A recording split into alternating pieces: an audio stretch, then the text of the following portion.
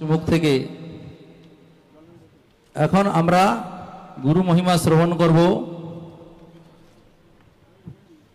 শ্রীমদ ভক্তি চন্দন অরণ্য গোস্বামী মহারাজ, যিনি বর্ধমান থেকে এসেছেন, আপনাদের কাছে গুরু মহিমা কীর্তন করবেন। তিনি হচ্ছেন প্রেসিডেন্ট ও আচার্য শ্রীকৃষ্ণ চৈতন্য মঠ। হরে কৃষ্ণ।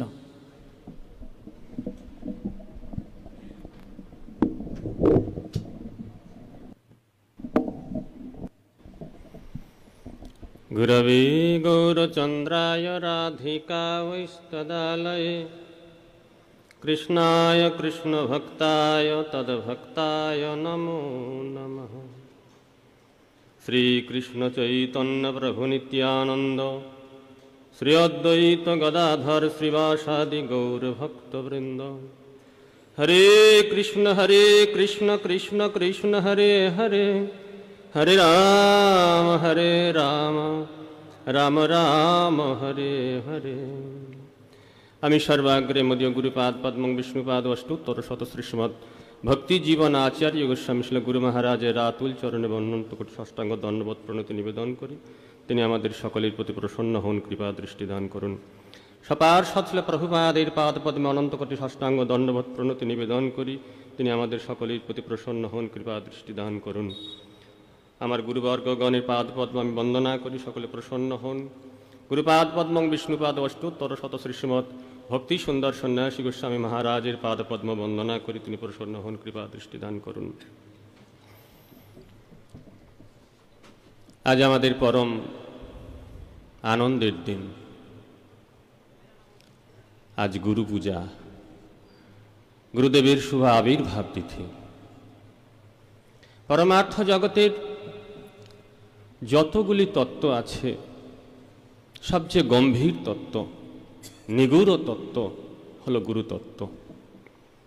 গুরুদেব কোনো ব্যক্তি বিশেষ নন, গুরুদেব তত্ত্ব বিশেষ। সেই গুরুপাদ পদ্মে পূর্ণ শরণাগতি হল পরমার্থ লাভের একমাত্র উপায়। এই জন্য আমাদের ফার্স্ট অ্যান্ড ফরমোস্ট ডিউটি, প্রথম এবং সর্বপ্রধান কর্তব্য হল নিষ্কপটে গুরুপাদ পদ্মে শরণাগত হওয়া। প্রভুপাদ শ্রী ভক্তি সিদ্ধান্ত সরস্বতী ঠাকুর বলেছেন,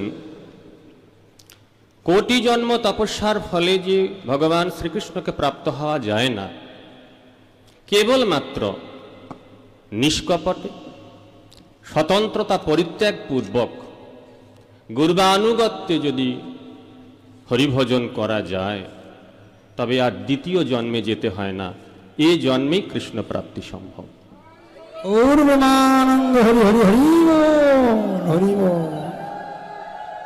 এই জন্য আজ আমাদের কাছে সেই সুযোগ এসে উপস্থিত হয়েছে। গুরুপাদ পদ্মের আবির্ভাব তিথি, অর্থাৎ গুরুপাদ পদ্মে নিজেকে সমর্পণ করার দিন। আমরা যেন নিজেদের স্বতন্ত্রতা পরিত্যাগ পূর্বক নিজেদের বাহাদুরি জলাঞ্জলি দিয়ে শুধুমাত্র গুরুদেবের আনুগত্য থেকে আমরা যেন হরিভজন করতে পারি। প্রভুপাদ শ্রী ভক্তি সিদ্ধান্ত সরস্বতী ঠাকুর শাস্ত্রের একটি শ্লোক উদ্ধৃতি দিয়ে বলেছেন যে শাস্ত্রের সিদ্ধান্ত সেই জানতে পারেন, সেই ব্যক্তি যথার্থ অবগত আছেন যিনি ভগবানে যেমন নিষ্কপট ভক্তি করবেন, গুরুতে যেমন সেই প্রকার ভক্তি হয়, এই প্রচেষ্টা যার আছে তিনি ঈশ্বর তত্ত্ব পরমার্থ তত্ত্ব জানতে পারেন। यस्य देवे परा भक्ति यथा देवे तथा गुरौ तस्यैते कथित्यार्थ्या प्रकाशन्ते महात्मनः। यस्य देवे परा भक्ति, पराभक्ति शब्दे सर्वोत्तमा श्रेष्ठा भक्ति, ক্ষুদ্র বাসনা চরিতার্থ করার জন্য নয়, নিঃস্বার্থ সেবা প্রবৃত্তি, অন্যাভিলাষিতা শূন্যম, নিজের ক্ষুদ্র বাসনাকে জলাঞ্জলি দিয়ে, জাগতিক বাসনা জাগতিক চাহিদাকে জলাঞ্জলি দিয়ে শুধুমাত্র কৃষ্ণ প্রীত্যর্থে গুরুদেবের সেবার উদ্দেশ্যেই গুরু সেবা, গুরুদেবের সুখবিধানই গুরু সেবা। নিজের কোনো প্রকার স্বার্থ সিদ্ধি কখনো গুরু সেবা হতে পারে না।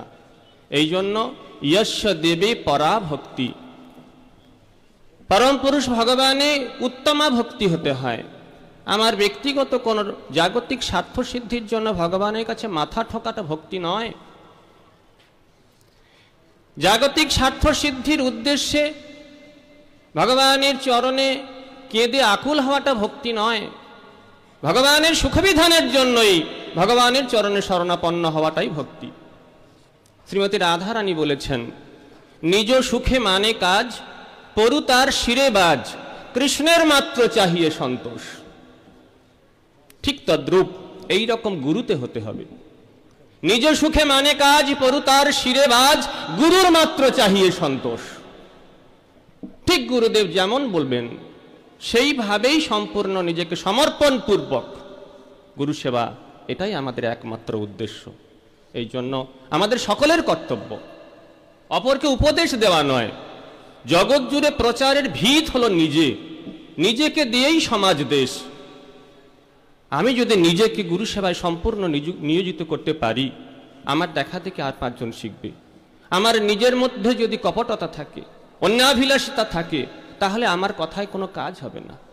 এই জন্য আমরা যেন গুরুপাদ পদ্মে সম্পূর্ণ সমর্পণ পূর্বক গুরু সেবা করতে পারি। তবে হ্যাঁ, কখনো যেন এইরকম ভাবি না অমুক ব্যক্তি আমার গুরুদেব আর বাকি সকলে অবজ্ঞার পাত্র, এটা কখনো হতে পারে না। আমরা অম্বরীশ মহারাজের চরিত্র দেখতে পাই। অম্বরীশ মহারাজের চরিত্র কথা বর্ণনা করতে গিয়েই শাস্ত্রে বলা হয় যে সুখদেব গোস্বামী বলছেন, বাসুদেবে ভগবতী তদ ভক্তেষু চ সাধুষু প্রাপ্ত ভাবম যথা বিশ্বং জেনেদ লষ্টবং স্মিতম।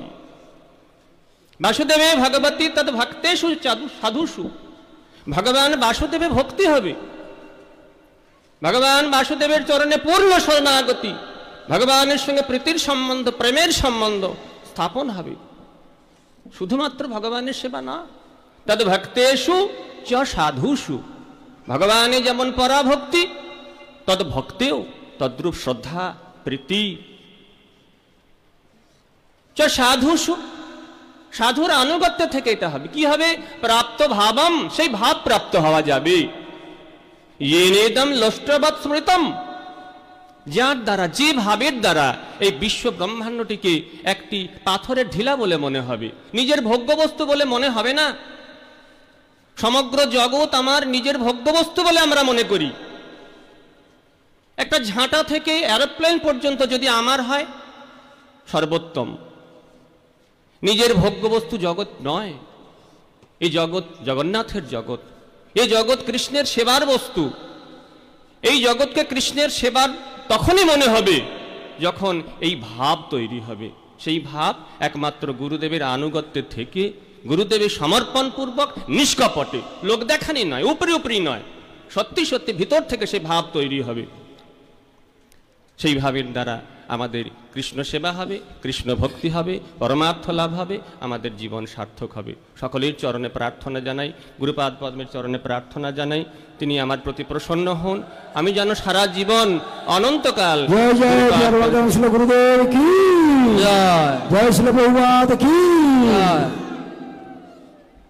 হরে কৃষ্ণ। গুরুদেবের কৃপা ছাড়া আমরা ভগবত সেবা লাভ করতে পারবো না। আমাদের বর্ধমান থেকে আচার্য এসেছেন, শ্রীমৎ ভক্তিচন্দন অরণ্য গোস্বামী মহারাজ আমাদেরকে শিক্ষা দিয়ে গেলেন। তো সকালে সামনে দেখতে পাচ্ছেন আমাদের গুরুবর্গ রয়েছেন উপস্থিত। গুরুতে ভেদ বুদ্ধি কখনো করবেন না।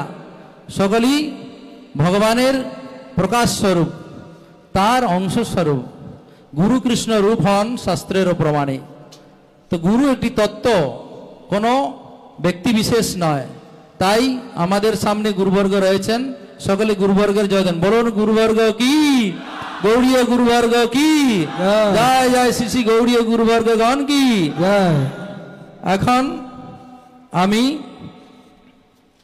মঞ্চে আমন্ত্রণ জানাবো